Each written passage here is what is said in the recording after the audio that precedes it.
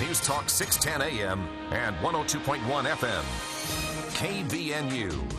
KBNU News Time is 4:03. I'm Bill Walter with this news update brought to you by U&I Furniture. Utah will quickly add to its renewable energy profile when two Box Elder County solar farms covering approximately 500 acres each go live this year. Box Elder County Commissioner Stan Summers said they expanded their footprint with the Rocket Solar Project, which is pretty much finished and just waiting to flip the switch. The Steel Solar Project is east of Nucor, right off I-15. Summers explained that he had not heard anything about a ribbon cutting, but it's got to be close. The Steel Solar Project has crews of about 200 workers who are currently installing solar panels, and it appears like they are over halfway done. When finished, the Steel Solar Project will generate some 80 megawatts, and so will the Rocket Solar Project in Corinne. 1 megawatt of solar power can power over 700 U.S. homes for a year, depending on how much power a home uses. Summers said the two solar power projects will not only generate electricity, but they will also generate over $1 million in taxes for Box Elder County. The tax revenue will go back to the county and be used for their communities and schools. Currently, the properties are generating about $40,000 a year. Both of the solar farms are on private land. One of the reasons the two locations were selected was because they have the most transmission lines near Nucor Steel and Northrop Grumman. These huge companies take an enormous amount of power, and things are in place for them to take the electricity generated by the solar fields. KBNU News Time is 4:05. KBNU weather for tonight, mostly clear skies, overnight low in the upper 30s. And then tomorrow, partly cloudy skies into the low 60s, partly cloudy, lower 60s on Friday. It's been to 66. It's 65 right now at KBNU. Insuring your business can be frustrating. Matt Robbins at Quality First Insurance can help, and he will call you back. For more information, go to q1ins.com. Furniture and mattress stores come and go, but there's a reason family-owned and operated U&I Furniture has been here for 95 years. Bring in your tax return. U&I has closeout prices on select mattress models, including some displays. On a budget and looking for a less expensive entry-level mattress? They have it. Want something more supportive to support more weight? U&I has that.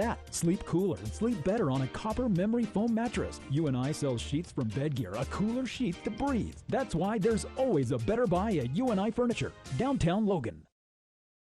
KBNU News Time is 4:06. The Young Artist Cup Committee, in association with Mountain Crest and Ridgeline High Schools, present the 25th Annual Young Artist Cup Competition, to be held the nights of Wednesday, March 27th and Thursday, March 28th at 7 p.m., both nights in the Mountain Crest High School auditorium. The event showcases the musical talents of Mountain Crest and Ridgeline High School students or students who live within their boundaries. But it's more than musical artistry, as students compete for cash prizes and trophies in graphic art design, female and male vocals, strings, piano, and brass, wind, and percussion. On KBNU's For the People program last week, coordinator Ruth Ann Ellis said it really is a unique event. It is remarkable. It really is. It's the only one like it that I know of here in Cache Valley. And like you said, this is its 25th year. And that's a long time. I mean, these kids participating this year weren't even close to being born. So, yeah, Sure. It is a fantastic event. Admission is free both nights. The string and vocal competitions will be held on Wednesday the 27th, and the piano and brass, wind, percussion competitions will be held on Thursday the 28th. Plus, each year, graphic art students get involved in designing the new logo for the Cup. You know, it is really fun because not only are we able to involve the musical artist, we're able to loop in the graphic artwork. And so we had about 10 entries this year from students from Ridgeline and from Mountain Crest, and then our committee voted and we picked our favorite one, and it is fantastic. And we used that logo on all of our advertising, on our T-shirts, on the programs. The design of Liberty Stolworthy of Providence was chosen to represent the 2024 Young Artist Cup. Past Young Artist Cup participants have gone on to excel in music, performing arts, and graphic design. And despite wedding costs dropping nationwide this year, couples in Utah may be paying more. According to The Knot, the average wedding in the U.S. last year cost a record $35,000. At the same time in Utah, at the same time in 2023, Utah had the cheapest weddings in the country at half that national average of $17,000. That's expected to change. A survey of what couples are planning to pay for upcoming weddings show the cost in Utah jumping to $24,000 for 2024. The national average is expected to drop by several $1,000s. The wedding business has been booming since the pandemic, with many lavish, spare no expense events. Research company The Wedding Report expects a 17% decrease in marriages for 2024. KBNU News Time is 4:09. For more details on these and other stories, visit CashValleyDaily.com. The Aggies are back on KVNU. Hear every game along with the best coverage before and afterwards on News Talk KVNU, the home again for the Aggies. Wouldn't it be nice to lose a minimum of 2 to 5 inches of fat, just like that? At Bell Medical, with our uniquely patented FDA-cleared procedures, we are able to permanently remove that stubborn, hormonal fat that almost seems impossible to get rid of. And we are able to do it in a way that is so precise. We can guarantee a minimum of 2 to 5 inches of fat loss after one visit with us. Schedule your free consultation at our bountiful clinic at bellmedical.com and let us make your dreams a reality.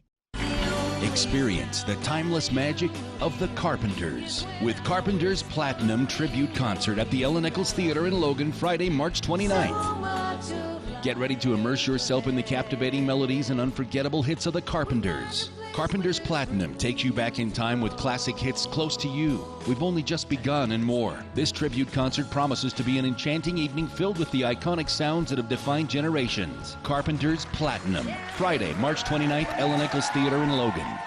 The Cache Valley Media Group Home and Garden Show, presented by Anderson Seed and Garden, is Friday and Saturday, March 22nd and 23rd at the Eccles Ice Center in North Logan. A sure sign spring is on the way. Experience hundreds of home and gardening ideas. This year's Home and Garden Show has over 100 businesses that are excited to help your home and yard look better than ever.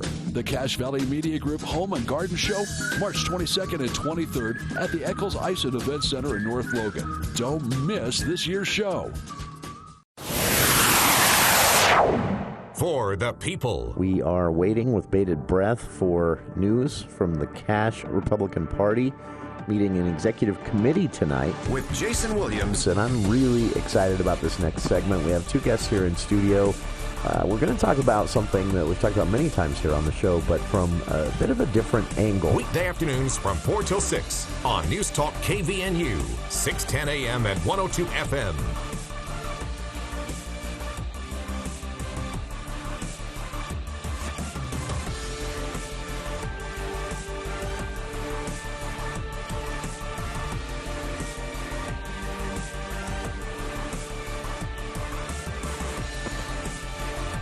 Welcome to KVNU's For the People. It is Wednesday, March 20th. I'm Jason Williams, Bill Walter here in the studio as well. We have a packed show today. Working backwards through the second hour, we have Cache County Executive David Zook joining us in the studio for the County Hour, minus about 15 minutes, because we also have an opportunity to speak with retiring Representative Dan Johnson of Utah's now 3rd District, which is the State House District representing the Logan City area, roughly the center part of the valley. And Representative Johnson just finished his final 45-day session. He'll serve in interim meetings and committee meetings throughout the remainder of his term. He has endorsed River Heights Mayor Jason Stevenson. Or Thompson, sorry. Thank you, Mayor Daines. I'm so glad when guests are here to correct my faulty memory. Thompson, Jason Thompson, River Heights Mayor, running to replace Representative Dan Johnson, and Johnson has endorsed him. He'll be joining us to recap the legislative session, bills he's most proud of throughout his career and more.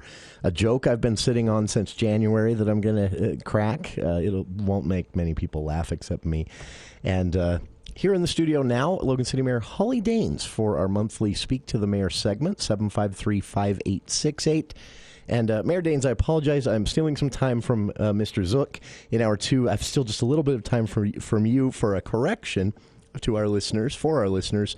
I had a chance to talk last week on the show. We were talking about these fleets, these truck fleets that license their trailers in Idaho, and I'd seen I think it was a Gephardt segment saying that a lot of them do that because it's cheaper. The safety inspection requirements are a little more lax in Idaho. I talked to the owner operator of National Equipment Service here in Cache Valley. They service large fleets, large equipment, rock crushers, all kinds of things like that.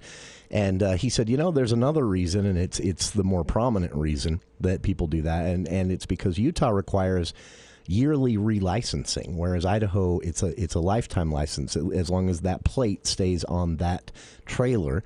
And he said some of these fleets would have to have full-time employees doing nothing but re-registering and relicensing vehicles.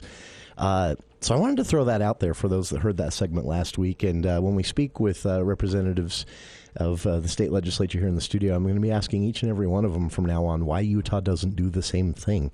So just a quick correction there, and now right to it. Logan City Mayor Holly Daines here in the studio. Mayor Daines, thank you for your time. I haven't had a chance to talk with you since this happened, but really cool day of tours and excitement and all kinds of stuff with the grand opening of the library. Isn't that exciting? It's finally open. It's done. It's operational. Beautiful. It's a very cool building. It has to be so exciting for staff but we have heard from a lot of patrons as well after we talked about it here on the show after the March 4th grand opening, and people are very excited about this. Some of the services that are new, but also the return of services that weren't an option for various reasons while they were in their temporary location. Just a lot of excitement from library patrons. And a lot of patrons already, I know, right? That first day we had over 2,400 people that come is amazing. through. About 300 came to the actual ribbon cutting. But again, I think that tells you how important a library is. And again, it's more than a library. It's a community center. There's so many things that it can do, it does. That again, it's really important to people, and we're delighted to have such a great facility. It really is cool to, I always talk about this from the perspective of this show, but it does seem like since I've been here, 2008, we've been talking about a new library for Logan, moving the library. There was, for a while, let's just do a county-wide system, but no, Logan residents, it's a big enough city, needs it just seems like decades of discussion, and now to just have it done. Let me say that Logan voters, remember when there was the county-wide, it was a ballot initiative. It was put on the ballot to see if everyone valley-wide wanted to pay a portion, and then the whole system would have received funding. And that's right. Logan residents actually voted in favor of a countywide system, but it narrowly failed overall throughout the county. So again, people have asked me, and I had somebody that first day at the ribbon cutting that was not from Logan say, well, why do I have to pay for a library card? And so I explained to them that every property owner in Logan City, there is a specific dedicated line item on your property tax form that goes to the Logan Library. This is for Logan property owners. That's right. And so again, a lot of people that pay that property tax may never set foot in the library, but they have to pay the tax. So we figure that anyone else who uses it we've taken an average of what an average home would be on property tax. And then that's the amount that someone from out of the city pays, which matches what a Logan resident would pay if they actually want to check items out. Now, anyone's welcome to come into the library. The community rooms can be scheduled for free use by any nonprofit group, community. There are some paid rates. If it's a business organization, again, we have different policies there. But so it's, again, folks can come in, use the computers, use the rooms, browse the collection. We should point out, too, that fee for those outside of Logan City is pretty low. It's a cheap price. It's $164, I think, for the full year. They do sell some 3-month or 6-month membership cards as well, I believe. So, and for those who enjoy the library, that is a steal for the services you get. But yeah, it's complicated, and I know there are always naysayers, but I feel everyone benefits from a library. Even if someone out there is putting money in through their property tax or otherwise and never sets foot in that library, we all benefit from the resources it provides and the education, I think, that is bolstered by, in fact, I know, I hope I'm not getting them in trouble for this. I wouldn't think so, but I know some USU students who, because of the difficulty and the wait sometimes for resources on campus, come down, because they're Logan residents, come down to the Logan Library to do their research. And it's just to see that new building, to see all those people, 2,400. I knew it would be a lot. I drove past several times that day as those tours were happening and saw the lines and the cars parked out there. And we should mention that as well. The parking situation for the library is a bit different now. And we did have a listener comment on that, too, after we discussed it on the 4th, saying that was a welcome or an unexpected improvement as well that people hadn't really thought about. Right. By going 3 stories and using a smaller footprint for the actual library, we were able to create more parking spaces as well as a larger plaza out front. And again, the day of the grand opening, it was quite snowy, but I don't know if people noticed that there's some beautiful public art in the plaza. And with the weather being so nice the last few days, I've noticed people sitting on the benches out in the plaza, enjoying the art. We have some beautiful bronze sculptures of some children reading. There's also a sculpture that there's words cut out of kind of this aluminum. It's very fun. It's called a word poem.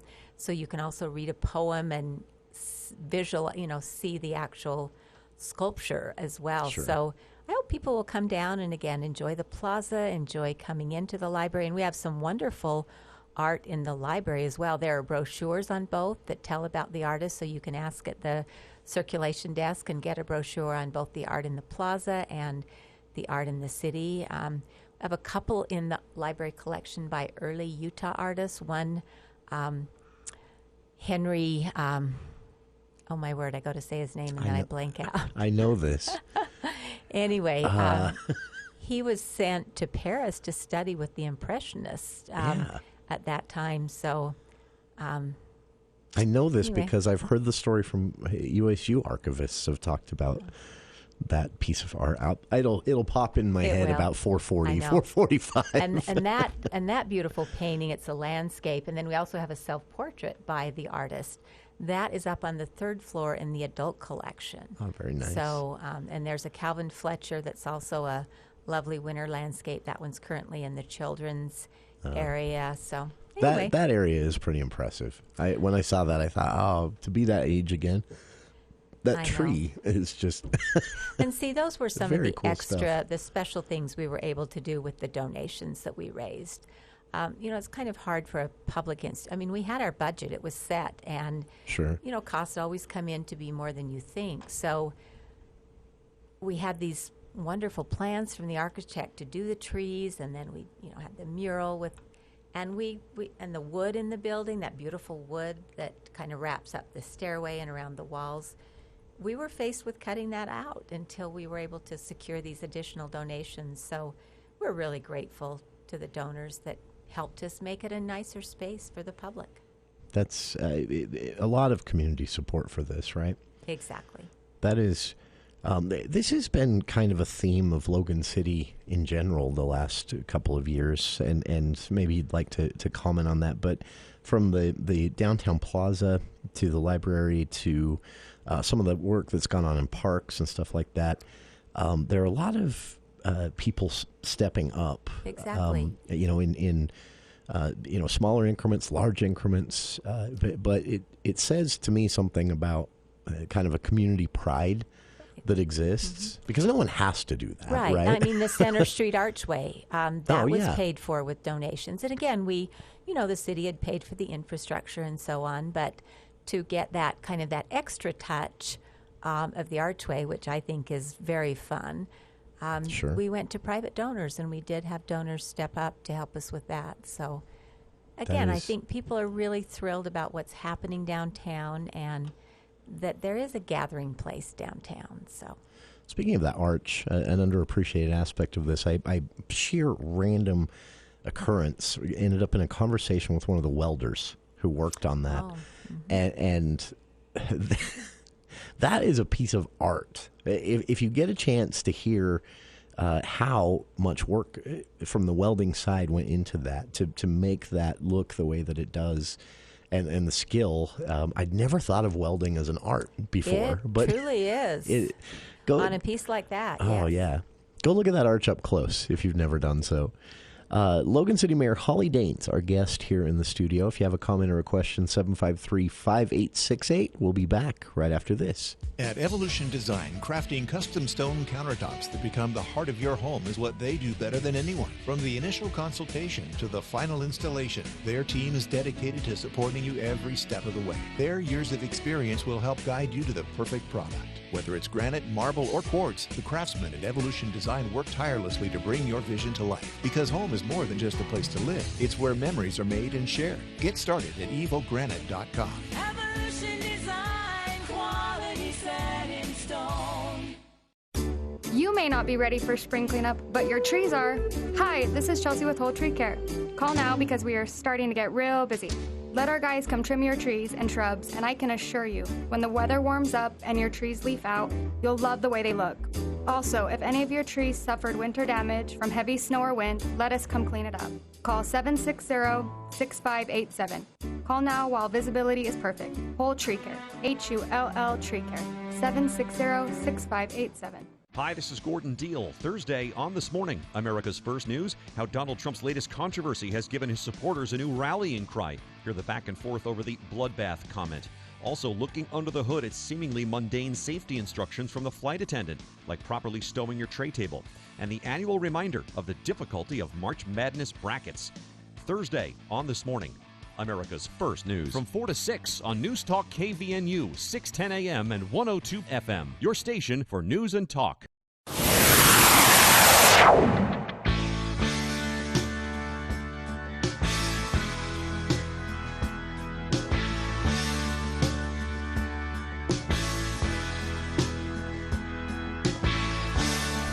Welcome back to KVNU's For the People. It's Speak to the Mayor, a monthly segment with Logan City Mayor Holly Daines here in the studio, 753-5868. Mayor Daines, we had environmental coordinator Emily, she's so fun, Emily Malik on her. She's a great guest because she's so excited about what she does. But Emily Malik was on, and we talked about the finalization of that new building and that. Let me put it this way. For those who want to hear that interview, grab the podcast. But now any recycling, whether it's batteries, toxic chemicals, oil and antifreeze, cardboard, metal, you go in and you go to the right for everything now. And it's a very cool thing. And while we were talking with her, she mentioned that there have been a lot of changes. And one of the changes was a few years ago, actually, or at least a year ago, the end of the big spring cleanup, where you just shove it all into your front yard, and we talked with you about this before. As the city has grown, the cost on that just got out of control a bit. The hours put into it and things like that. But the city is offsetting ending that front yard spring cleanup in a lot of different ways, including I believe 4 dedicated locations for green waste? We have 4 specific pickups. And again, it's just a set period of 2 weeks in time. But again, we hope people will do that. We also have lowered the cost of a green can.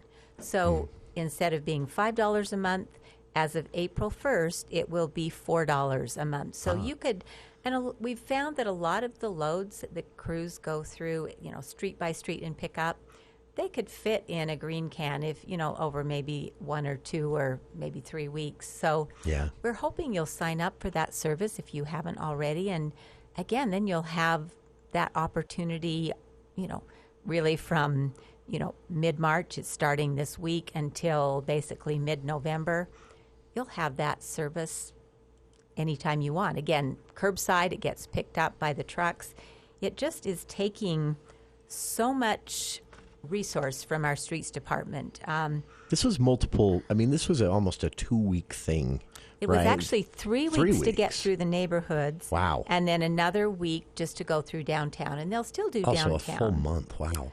And so the cost of that month, it's basically $64,000 a week by the time you figure all the staff and all the equipment, or almost $200,000 for the 4 weeks of work. And it's like, you just have to prioritize. And again, just so people know, these are the same employees that really, take care of our underground utilities, our streets, our sidewalks, fix and maintain. So we just are finding, and this is prime, this is prime season to be working. And if you've tied up a whole month of good weather, usually, right? It's difficult. So last year, because of the flooding, we postponed it. We thought it would just be temporary. Well, and that's the other thing people don't realize is we've had so much less snow in the valley this year. We still have, our watershed is at 124% of normal, which is close to as high as it was last year. Now, last year we had the perfect scenario as far as temperatures, and it came down slowly, and we really had almost no flooding. We were prepared with sandbags and everything else. It's like we hope we have a good scenario again this year, because it's been pretty warm. I mean, maybe at some point we'll have to go back into flood preparation mode. And again, if we were in the middle of, trying to do spring cleanup, that would be, you'd have to put that off. And then when do you come and do it? So again, we just hope people will cooperate. We realize it's not as simple as it used to be, but again, the sites we'll have a drop site from April 15th through April 26th at Lundstrom Park. The containers will be in the parking stalls on 1350 North, at Hiram Gibbons Mount Logan Park parking lot, at Merlin Olson Park, that would be the east parking stalls, and then at Bridger Park. So, and again, if you've already got it loaded, instead of going to the drop sites, if you can take it all the way to the landfill, that is so convenient. Yeah, that's even more helpful to us. So I'll be honest with you. So where I live, last year they didn't, but they've built a ramp with the two big containers you can throw green waste into. After being forced to go to the landfill last summer because my city didn't have a contract for green waste. I'm sold, and that's where I go now. It is so convenient. You literally just drive in and push it out. Right. But this is, for listeners, a reminder that, if you enjoyed the curbside green waste because you don't have the ability to take it to a bin or for $4 a month, as the mayor said, you can actually get the green can, have it right there in your yard for grass clippings, whatever, throughout the summer. So the city offsetting that change in a lot of different ways. Right. We're trying to again, give people other options because we realize it is different. But we haven't been able to find another city in the whole state that actually does a curbside, every single street in the whole city pick up like this. So not the size of Logan City. And of course, the smaller cities can't afford to do that at that price tag. Right. That is mind-blowing. 753-5868 if you'd like to join us. Logan City Mayor Holly Daines, our guest here in the studio for Speak to the Mayor, and we'll be back with more after the news with KVNU's Bill Walter.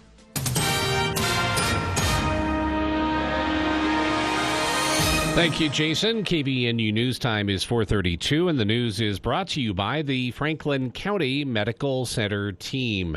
Authorities in American Fork say a woman's body was found in the rubble following a pre-dawn explosion that destroyed a duplex house. The explosion was reported just before 6 a.m. this morning in a residential area of American Fork. The woman's body was found after the fire had been extinguished. Another woman was safely evacuated evacuated from the building, and a pet dog was found a few hours after the explosion.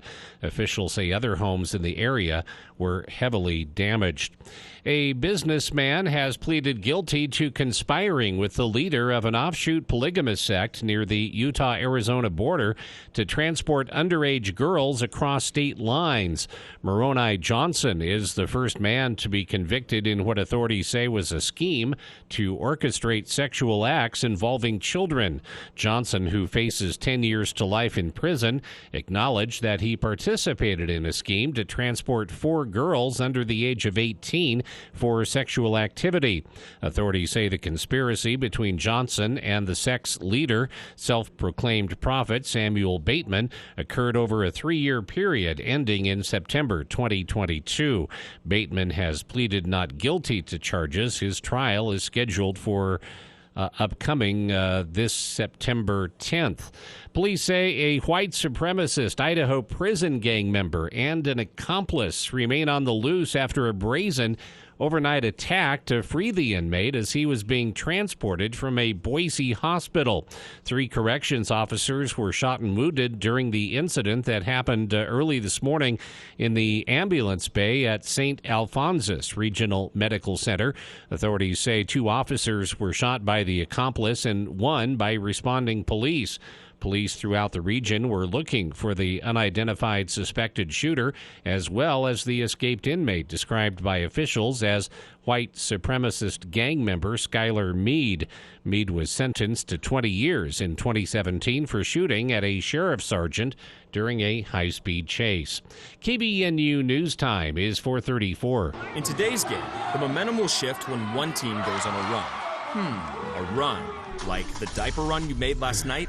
If you're thinking of getting a vasectomy, the healthcare teams at Franklin County Medical Center in Preston are ready. A vasectomy is a highly effective form of contraception. It's a simple procedure with a short recovery time, and a vasectomy means less stress for family planning.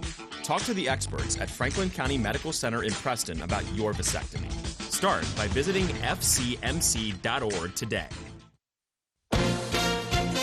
ABC News, I'm Chuck Sievertson. A major U.S. manufacturing investment by Uncle Sam. Billions of dollars given outright to Intel, plus billions in loans to build factories to make semiconductor chips in 4 states. President Biden announcing it in Phoenix. This announcement will also support 10,000 manufacturing jobs, 3,000 right here in Phoenix, with salaries averaging over $100,000 a year and don't all require college degrees. That's a change. 3 prison officers were shot and wounded in Boise, Idaho, in what police say was a plot that got a prisoner to a hospital where a getaway driver came in, firing, grabbing the inmate, and speeding off. The 2 U.S. chartered helicopter flights from Port-au-Prince took more than 30 Americans to the Dominican Republic, says the State Department. 2 of the nation's largest retail pharmacy chains have officially begun dispensing the abortion pill in select locations. This is ABC News. KBNU weather for tonight, mostly clear skies, overnight low in the upper 30s, partly cloudy into the low 60s tomorrow, partly cloudy, low 60s on Friday. And then precipitation starts to move in, especially late Friday night into Saturday. Some rain and snow in the forecast Saturday night into Sunday. 67 has been our high at 66 right now at KBNU. KBNU weather brought to you by U&I Furniture, family owned and operated for 95 years. Bring in your tax return. Closeout prices on select mattress models, including displays. There's always a better buy at U&I. Downtown Logan, 28 West, 1st North.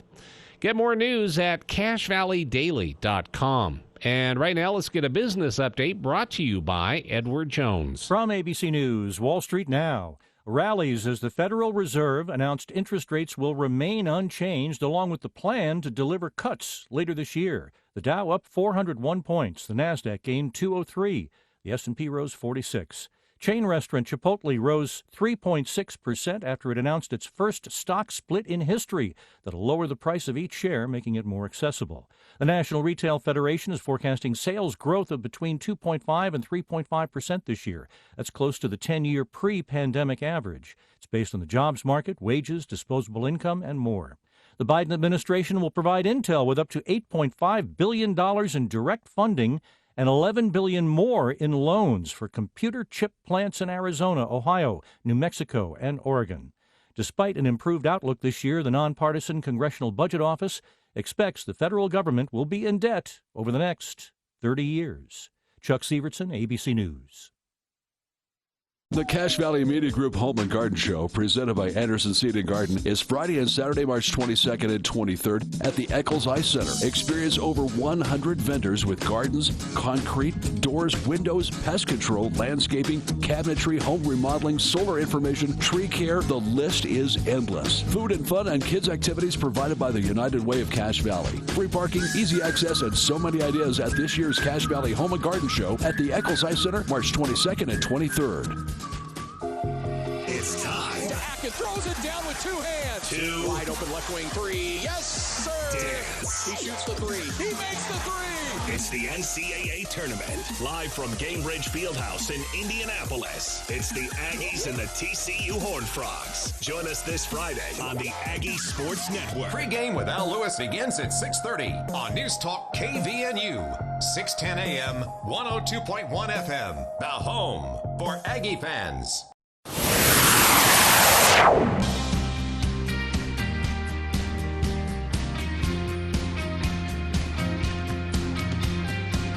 Welcome back to KVNU's For the People. Logan City Mayor Holly Daines here in the studio. If you have a comment or a question, 753-5868. It's our monthly Speak to the Mayor segment here until 5. We do have a lot to talk about still. An open house planned Friday for the public for the new fire station. We have some construction updates from the mayor as well. But just quickly, a note from a listener while we were on the topic of potential spring flooding and spring cleanup and all that. A listener chimed in and said, could you please remind all of my neighbors to clean the gutters in front of their homes, especially those on the corner, so that my basement doesn't flood?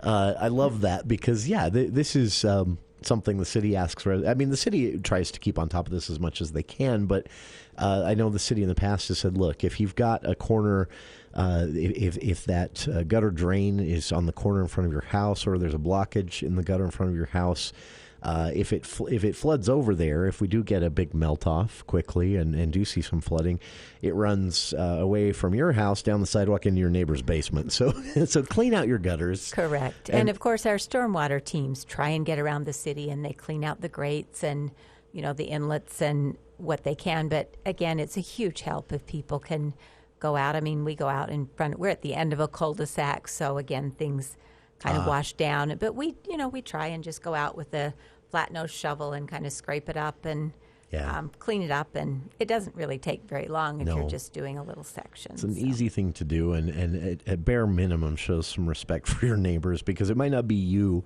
that ends up with all that water in your basement. It might be your neighbors. So, Mayor, I know we talked about the library grand opening on the March 4th, and same month, a second one, a big open house planned Friday. Well, we'll probably not do the open house until April, but on Friday, what we're doing is trying to give people a sneak preview of the fire station before they actually move in, because fire crews are there 24 hours a day, so they have sleeping quarters. Sure. They have bunks, and usually people never get to see that because, again, it's a living area. We don't give tours through there. So imagine how annoying that would be if you're on the fire crew.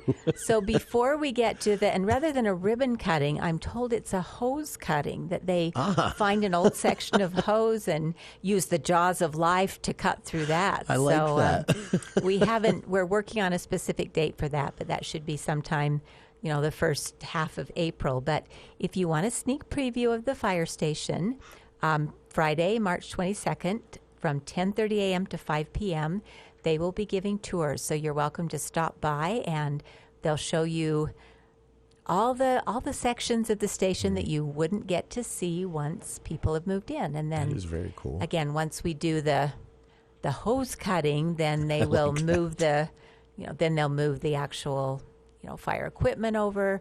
They have to make sure the computers and the communication systems are all up and running.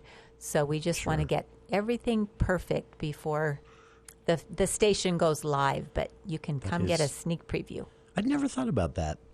I would assume there's some testing involved in a new location, a new building, including maybe simulated calls where they rush out of there in the vehicles and things like that. I'd never thought of that. It makes sense that it would be and the I case. was telling you during the break, the fire pole, and they do use the fire pole because, for their ISO rating, they have to respond. They have to have be all turned out, have their coats and their boots and everything, and be on their engine in a certain amount of time. And if they took the time to run down the stairs, they would not make it. So they do have a fire pole. They do use it. And this one is just because of the different levels of the station. It is 3 stories. The last one was just 2 stories. So it's going to be a little bit of a learning curve. Deep breath and slide. I know. That's a long way to go down a pole. It is, and they have they have a special technique on how they do it safely. And someone said, "Can we try it?" And it's like the risk managers are like, "No, absolutely not." Safe to say that won't be a part of the public tour. You may look at it. I've seen it, but they wouldn't even let me go down it, and I don't think I'd probably do a very good job of I don't know if I could do 3 either. stories. I could do 2, maybe 3. I'd have to have a blindfold, but I'm told they use their boot as a kind of a brake to kind of slow themselves down. Interesting. But it does take practice. It's not just This is jump on. A member of the fire crew told us this here in the studio once, and I'd never thought about this, but we were talking about them moving into this new building and some of the preparation and planning that went into it, and how grateful they were that they were able to get the location that the city was able to get to do this, because it greatly reduced the number of changes to their process that would be, even if they'd gone a block further the other direction. So being able to go basically across the street was a big help. But he said, we do have to change our training and our procedures, just because now we'll most likely be making a right turn out of the building instead of a left. And that really kind of drove it home to me what a big project something like this is, down to, adjusting the training and then the fire crew doing that training to just get used to those. As something as simple, I mean, the rest of us take that for granted. You make a right turn or a left turn. But if you're getting, multiple calls a week and the training would have to be updated, again, it really drives home what these crews do. Exactly. And what their job is. Right. And again, we looked at trying to rebuild on site of the current station, but how do you keep a station running while during a year while you construct it? I mean, there's kind of no way to do that. It's amazing this can be done. And you can't just, shut down fire services for a year while you build a new location. Exactly. That is, if you haven't seen, this building when it's fully completed, what it's going to look like, all of that, it really is amazing. And long over, decades overdue for the fire crews for the downtown station. This is, again, an essential service is an understatement. And you said open house is, again, Friday from 10:30 to 5? Correct. 10:30 to 5? Correct. And that's for the public. So if you've got time, stop by. And as the mayor said, this is really going to be your only chance to get a tour inside of the building. Once the fire crews are in there, they can't have you doing that, and nor would the fire crews enjoy that. I mean, they do still take school groups, they take families. Planned. They'll let them see the equipment in the lobby area, but again, just the backstage areas, so to speak. Yeah, I know I've told this story before, but I volunteered in one of the vaccine clinics they were doing at the old fire station. And during that, I went up the stairs to use the restroom. And I remember going in there and thinking to myself, how old is this place?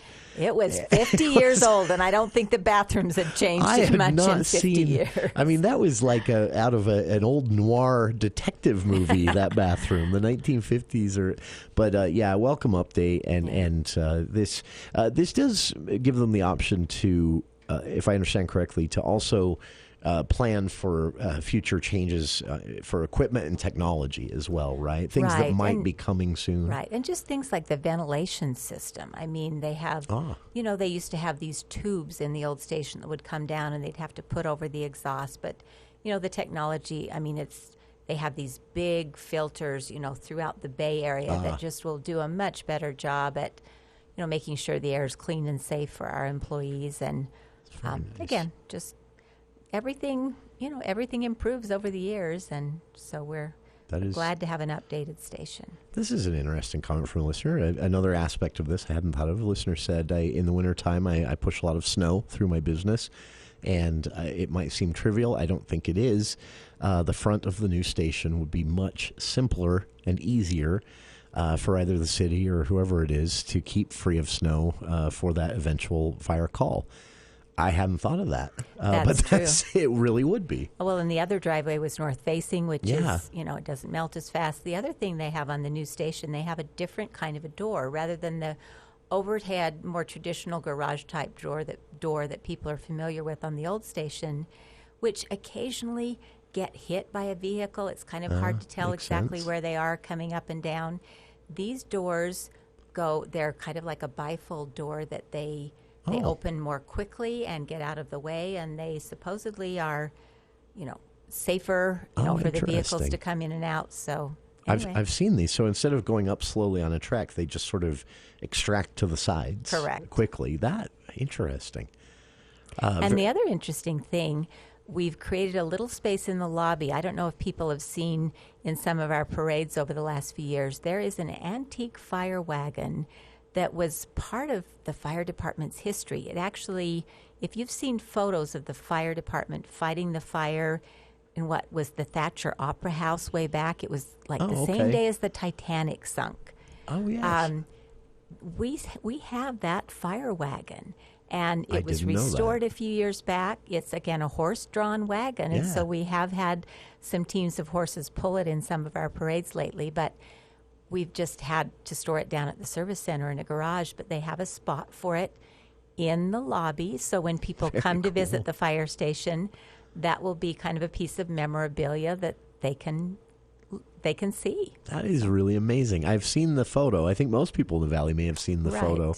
I didn't know that was still around. Very cool. In the lobby of the fire station. And again, something you can see is if you make your way to this public open house on Friday, 10:30 a.m. to 5 p.m. An official grand opening of the building planned for later in April, but a sneak peek at the new fire station this Friday. Although I'm not sure the wagon will be installed for this Friday. For this Friday. But that'll be a part of the lobby in the end. Right. Very cool. Once we get all the equipment moved in. That's very nice. I really am surprised that still was around. That's a long time, more than 100 years. Exactly.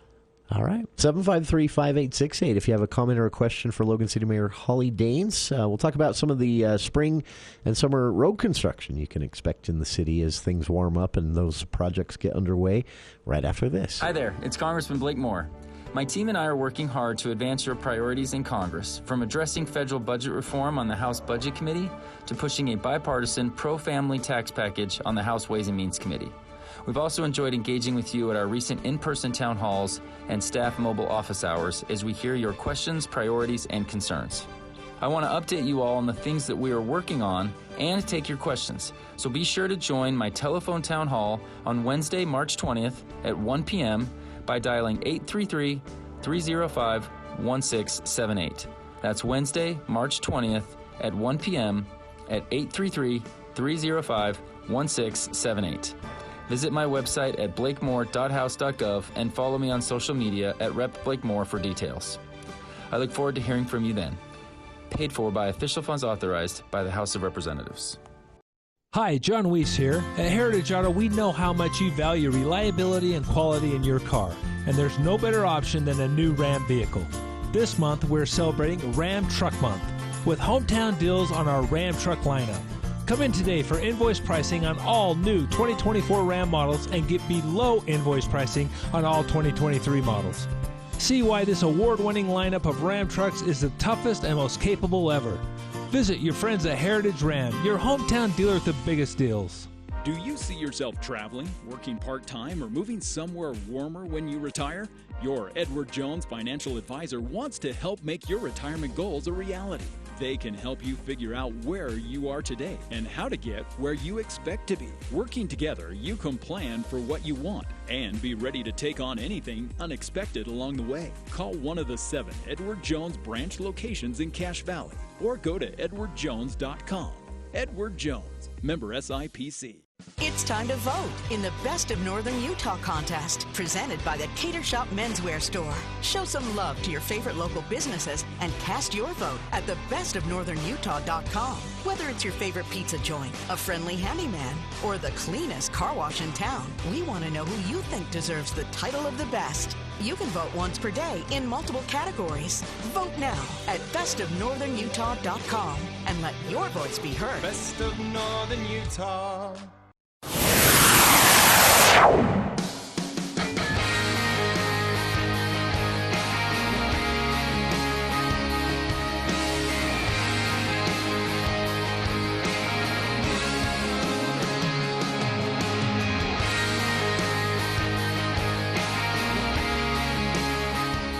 Welcome back to KVNU's For the People. As the weather warms, in fact, you're seeing a bit of it already. I think it might be the county or perhaps UDOT even setting up for some projects. But as the weather warms, of course, the spring and summer construction gets underway. And Mayor Daines has a list of things to watch out for and areas that will be on. Maintenance-wise, there's never going to be a year when this isn't necessary. Just a practical necessity, right? But again, this year, I mean, one of my goals as mayor has been, replace aging infrastructure. And I feel like this year we have a lot of really great infrastructure projects that are more than just normal maintenance. And granted, it's not convenient. We call it orange cone season. Yeah. But again, those aging sewer and water lines are out of sight, out of mind, but they need attention. And there are some, again, we've cameraed them so we know where the problems are, but some of the oldest roads, and so therefore the oldest infrastructure are on 200 North. So we'll be doing some sewer rehabilitation on 200 North from Main to 6 West, and also on 400 North from Main to 700 East. So again, these are kind of major arteries, but sure, we'll be, starting probably the fall, sometime a little bit later this summer.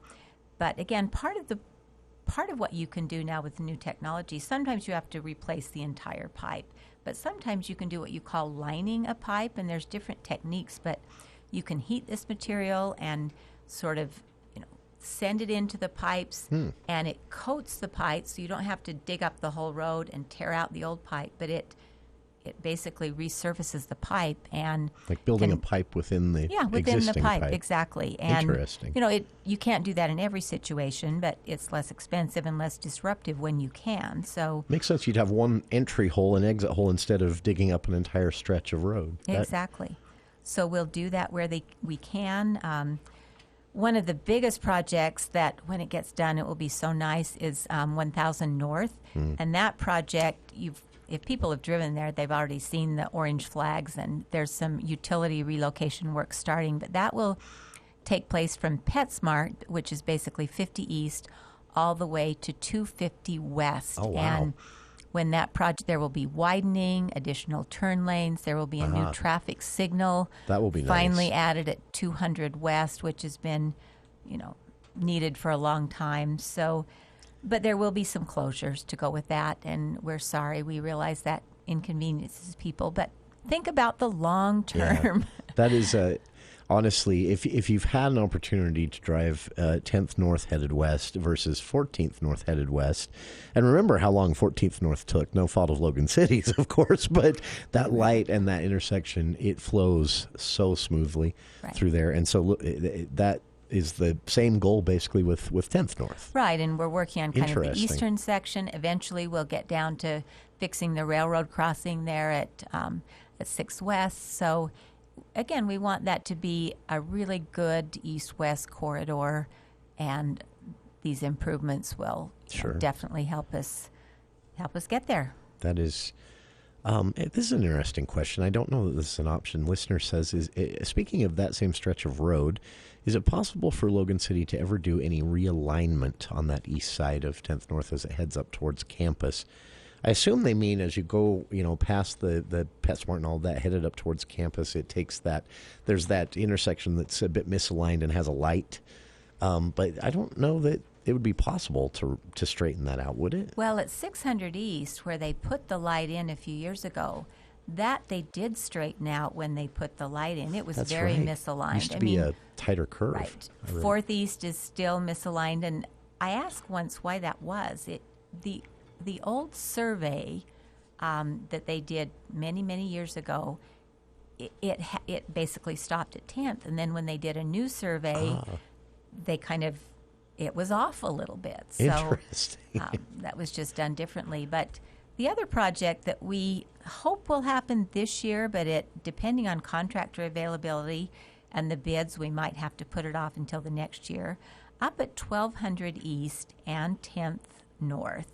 So there will eventually be a series of 2 roundabouts there to help that north-south traffic flow all the way out to North Logan. So from US 8991 at 400 North, you'll come in right there by the cemetery and the USU tennis courts. There will be a small roundabout, and then continuing north, there will be actually more of an oval about there on the north end of the cemetery to fix, again, that very misaligned intersection that comes down by Hillcrest School and then jogs over to 1000 North. So, again, that one, that depending should help on traffic bids, flow a lot. Yeah, it should. It will. There's no question about it. We just don't know exactly how soon we can start. That is... And a lot of this, how is the state in the legislature? That's an unfair question with just a minute left. I know. But Don't get me started. Okay, we'll leave that one for another day, because I've heard from other mayors and city council members that things were a bit difficult this year. But glad to see these projects underway anyway. As the mayor said, it's inconvenient, but when it's done, it's very convenient. Look at First West in Logan. I think is the best example of that long project. But man, is it nice now. Thank you for your time, Logan City Mayor Holly Daines, taking an hour out of your day to do this. And Mayor Daines will be back with us next month. In between now and then, if you have a question for the city, of course, you can contact them, phone calls, email, all of that. You can find that information at loganutah.org. I've linked to that on our Facebook page. And we'll be back with Hour 2 of today's show, splitting the hour between Representative Dan Johnson and County Executive David Zook. So stay tuned. We'll be back right after this here on KVNU Logan.